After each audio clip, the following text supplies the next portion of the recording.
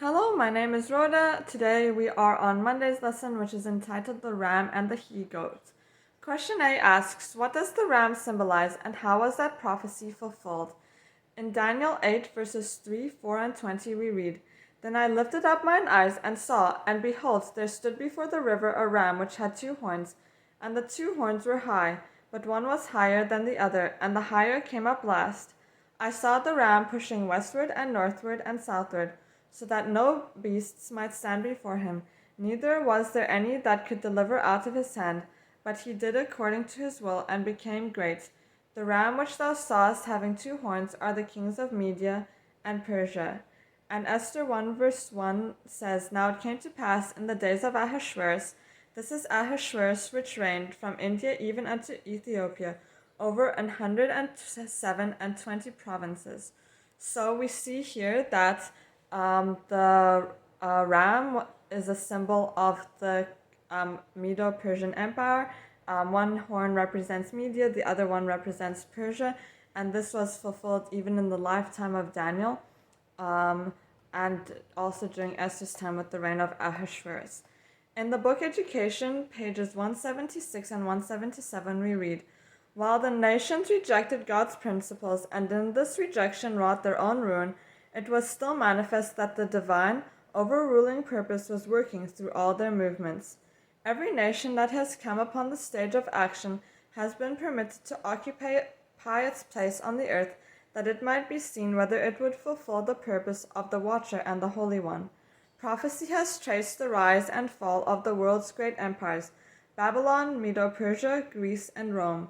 With each of these, as with nations of less power, history repeated itself. Each had its period of test, each failed, its glory faded, its power departed, and its place was occupied by another. What does the very great he-goat symbolize, and how was that fulfilled? Daniel 8 verses 5 to 8 and 21 and 22 says, And as I was considering, behold, an he-goat came from the west on the face of the whole earth, and touched not the ground, and the goat had a notable horn between his eyes, and he came to the ram that had 2 horns, which I had seen standing before the river, and ran unto him in the fury of his power.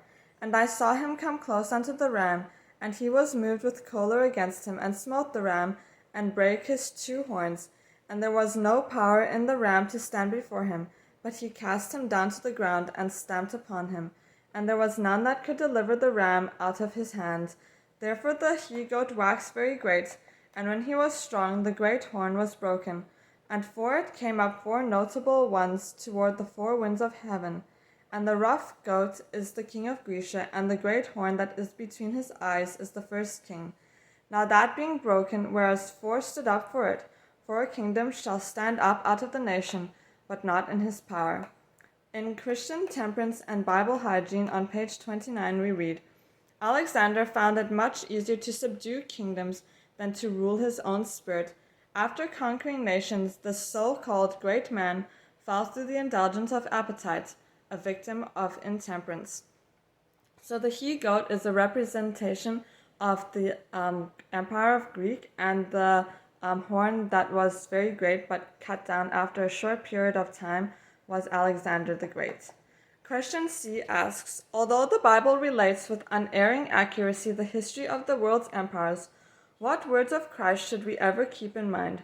John 18 verse 36 says, Jesus answered, My kingdom is not of this world. If my kingdom were of this world, then would my servants fight, that I should not be delivered to the Jews. But now is my kingdom not from hence. In the book Education on page 269 we read, It is acquaintance that awakens sympathy, and sympathy is the spring of effective ministry. To awaken in the children and youth sympathy and the spirit of sacrifice for the suffering millions in the regions beyond, let them become acquainted with these lands and their peoples. In this line, much might be accomplished in our schools.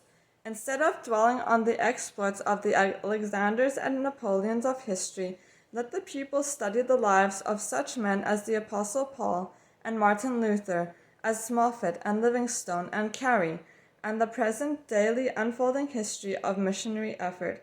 Instead of burdening their memories with an array of names and theories that have no bearing upon their lives, and to which, once outside the schoolroom, they rarely give a thought, let them study all lands in the light of missionary effort and become acquainted with the peoples and their needs. So we see that Christ's kingdom is not of this world, and we should focus on his kingdom rather than on the political kingdoms.